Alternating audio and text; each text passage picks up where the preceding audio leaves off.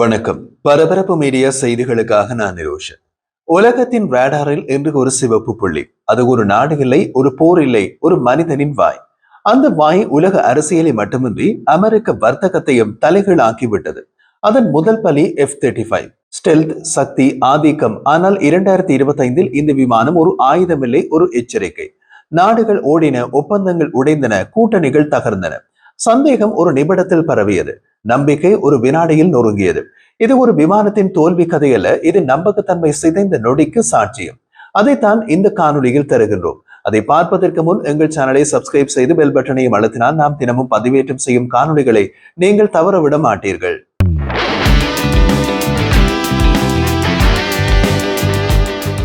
உலக அரசியல் இன்று ஒரு விசித்திரமான பதட்டத்தில் இருக்கின்றது. அந்த பதட்டத்தின் நடுவில் ஒரு விமானம். அது அமெரிக்காவின் ஸ்டெல்த் போர் விமானமான F-35. இது ஒரு சாதாரண ஆயுதம் அல்ல, ஒரு நாட்டின் வானை பாதுகாக்கக்கூடிய உறுதியான சுவர். ஆனால் அதன் தொழில்நுட்பம் அப்படி இருந்தும் ஏன் உலக நாடுகள் 2025 இந்த விமானத்தில் இருந்து ஓடிவிடுகின்றன? இது ஒரு சந்தை பிரச்சனையா? இது ஒரு தொழில்நுட்ப குறைவா? இது ஒரு பணச்செலவா? அல்ல, இது ஒரு உலக அரசியலின் நம்பகத்தன்மை உடைந்ததின் அறிகுறி. அதற்கான காரணம் ஒரே ஒரு மனிதர், டொனால்ட் ட்ரம்ப். அவர் அதிகாரத்துக்கு திரும்பிய 3வது மாதத்திலேயே F-35 திட்டத்தின் அடித்தளம் சில நாடுகளில் தள்ளாட தொடங்கியது. F-35 தயாரிப்பு திட்டம் 20 ஆண்டுகளாக உருவானது. ஆனால் அதற்கு அழிவு ஏற்படுத்த 20 வாரங்களே போதுமானது. இது ட்ரம்பின் புண்ணியத்தில் F-35 விமானத்தின் விற்பனை கவிழ்ந்து விட்டது. ட்ரம்ப் தன் கோஷத்தால் அமெரிக்காவில் ஒரு புரட்சியையும், பொருளாதாரத்தில் ஒரு அதிர்ச்சியையும், ராணுவ விற்பனையில் ஒரு மந்த நிலையையும் ஒரே நேரத்தில் உருவாக்கினார். அவருடைய கோஷம் அமெரிக்காவை மீண்டும் பெரிய நாடாக மாற்றுவோம். ஆனால் உலகம் அதை வேறு விதமாக கண்டது. அமெரிக்கா கணிக்க முடியாத நாடாக மாறிவிட்டது.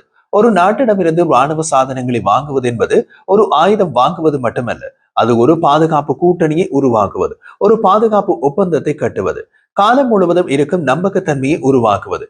ஆனால் 2025 அமெரிக்கா என்ன செய்தது? 50% இறக்குமதி வரி, நட்பு நாடுகளை எளிதில் அவமதிக்கும் பேச்சுக்கள், நேட்டோ நாடுகளுக்கு 5% உள்நாட்டு உற்பத்தி செலவு கட்டளை, கூட்டாளிகள் மீது அழுத்தம், பழிவாங்கும் செயல்.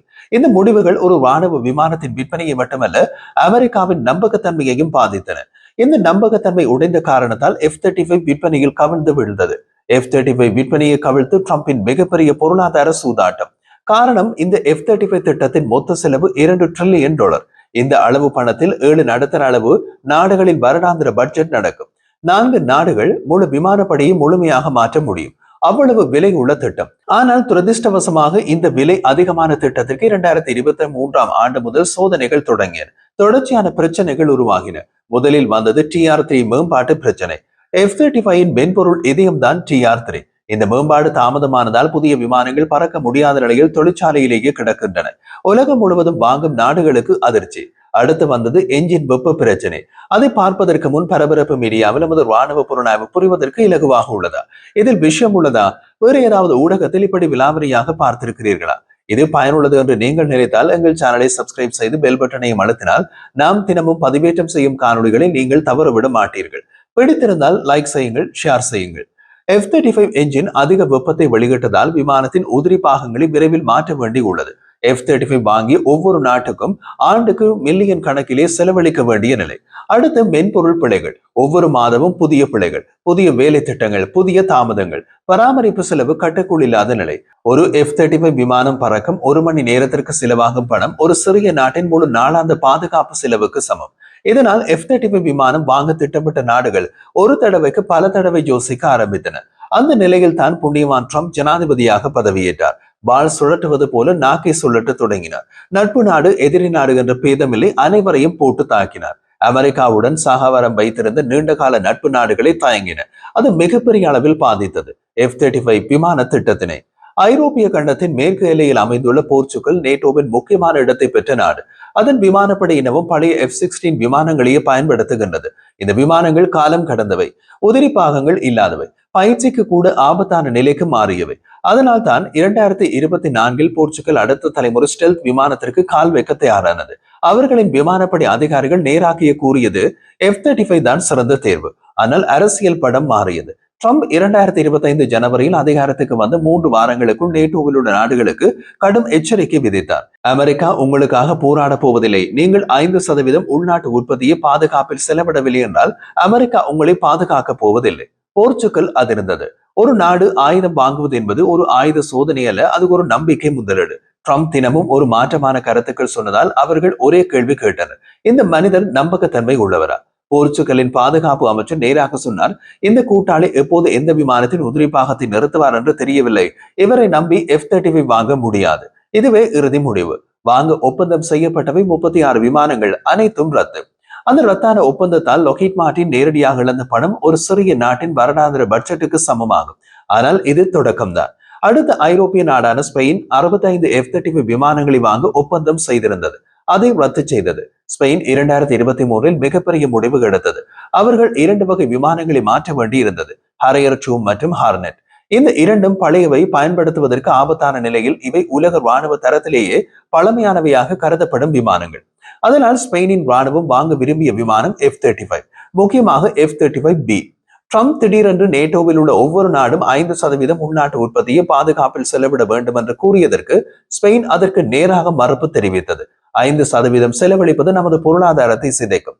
அதையடுத்து ஸ்பெயின் எடுத்தது ஒரு ராணுவ முடிவுகளை, ஒரு அரசியல் பாய்ச்சல். அந்த பாய்ச்சல் F-35 ஒப்பந்தத்தை தகர்த்து விட்டது. 45 முதல் 50 F-35A, 12 முதல் 15 F-35B, மொத்தம் 60 முதல் 65 விமானங்கள் ஒரே முடிவில் ரத்தாகின. அதற்கு பதிலாக எந்த விமான ரகங்களை பரிசீலிக்கிறார்கள்?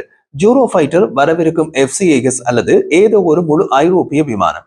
இப்போது ஒரு விஷயம் ஐரோப்பாவங்கம் சொல்லப்படுகிறது: அமெரிக்கா நம்பகம் இல்லாத கூட்டாளியாகி விட்டது. இது F-35க்கு நேரடி விஷயம்.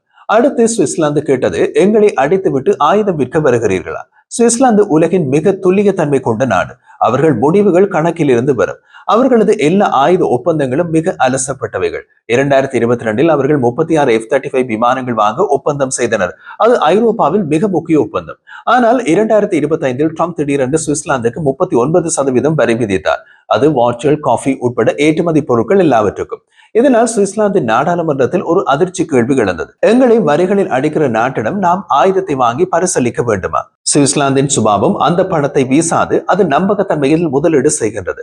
அவர்களை பொறுத்தவரை அமெரிக்கா அந்த நம்பகத்தன்மையை இழந்து விட்டது. அடுத்து வருகின்றது கனடா. வரலாற்றிலேயே மிகப்பெரிய F-35 விமான ஒப்பந்தம் முழுவதும் ஆபத்தில். விமானங்களின் எண்ணிக்கை 88. கனடா 2023 88 F-35 விமானங்கள் வாங்கும் 70 பில்லியன் மதிப்புள்ள ஒப்பந்தத்தை அங்கீகரித்தது. இது F-35 வரலாற்றிலேயே ஒரு மிகப்பெரிய ஒப்பந்தங்களில் ஒன்று. ஆனால் 2025 ட்ரம்ப் வந்தவுடன் அரசியல் மாறியது. கனடாவுடன் ட்ரம்ப் வர்த்தக மோதல், ட்ரம்ப் கனடாவை அமெரிக்காவின் 51வது மாநிலம் என்று கூறிய அவமதிப்பு, நேட்டோவில் ட்ரம்ப் காட்டிய தாக்குதல் அணுகுமுறை, ஆர்டிக் பாதுகாப்பு அரசியல் மோதல்கள், இவை எல்லாம் சேர்த்து கனடியர்கள் அமெரிக்க பொருட்களை புறக்கணிக்க தொடங்கினர். அமெரிக்க பயணங்களை ரத்து செய்தனர். சூப்பர் மார்க்கெட் தட்டுக்களில் இருந்து அமெரிக்க பொருட்களை உருவின. கனடிய மாகாணங்களை அமெரிக்க மதுபானத்துக்கு தடை விதித்தனர். கனடா அரசு நேராக F-35 ஒப்பந்தத்தை ஆய்வுக்கு அனுப்பியது. இதற்கிடையில் ஸ்வீடன் திடீரென்று காட்சிக்குள் வந்தது. கிரிப்பன் முடிவு கனடாவின் கையில் இருக்கிறது என்ற அறிவிப்பு வெளியானது. ஸ்வீடன் தயாரிக்கும் போர் விமானம் கிரிப்பன். ஸ்வீடன் அரசர் நேரடியாக கனடா வந்தார். ஸ்வீடன் என்ன சொன்னது? நீங்கள் எங்கள் கிரிப்பன் விமானத்தை வாங்கினால் கனடாவை உலக உற்பத்தி மையமாக மாற்றுவோம். அதாவது கிரிப்பன் விமானத்தை கனடாவில் தயாரிப்போம். 10,000 வேலைவாய்ப்புகள், ஆயிரக்கணக்கான தொழிற்சாலைகள், கனடாவில் விமான உற்பத்தி, உலக ஏற்றுமதிக்கான மையம். இந்த அளவுக்கு பெரிய சலுகை F-35 ஒப்பந்தத்தில் கிடையாது. கனடாவின் தொழில் அமைச்சர் நேராக சொன்னார்: F-35 ஒப்பந்தத்தில் எனக்கு தொழில் நன்மை தெரியவில்லை. இந்த ஒரு பாக்கியம் லொக்கீட் மார்ட்டினின் எச்சரிக்கை மணி. இந்த ஒப்பந்தம் ரத்தானால் லொக்கீட் மார்ட்டின் வரலாற்றிலேயே மிகப்பெரிய இழப்பை சந்திக்கும். காரணம் இதுதான்: அதிக எண்ணிக்கையிலான விமான ஒப்பந்தம். ஐரோப்பா முழுவதும் உருவாகும் ராணுவ மாற்றம். அமெரிக்க ஆயுதங்களை விட்டு ஐரோப்பாவுக்கு திரும்புவோம். F-35 சிக்கலில் சிக்கி ஒவ்வொரு நாடும் ஒரே மாற்றி பார்த்தது ஐரோப்பிய தயாரிப்பு விமானம். ஏனென்றால் உதிரி பாகம் ஐரோப்பாவில் கிடைக்கும். விலை முன்கூட்டியே கணிக்கப்படும். அமெரிக்கா மாதிரி திடீர் வரி இல்லை. கூட்டணி மதிப்பு அதிகம். உள்நாட்டு வேலை வாய்ப்பு அதிகரிக்கும். இதுதான் ராணுவ கதினம். Portugal Eurofighter Gripen, Spain Eurofighter FCAS, Canada Gripen, Switzerland ஏதாவது ஒரு ஐரோப்பிய தயாரிப்பு விமானம். இதனால் உருவானது ஒரு பெரு உலக ராணுவ மாற்றம். அமெரிக்கா உலக ராணுவ சந்தையின் தலைமை நிலையை இழக்கின்றது.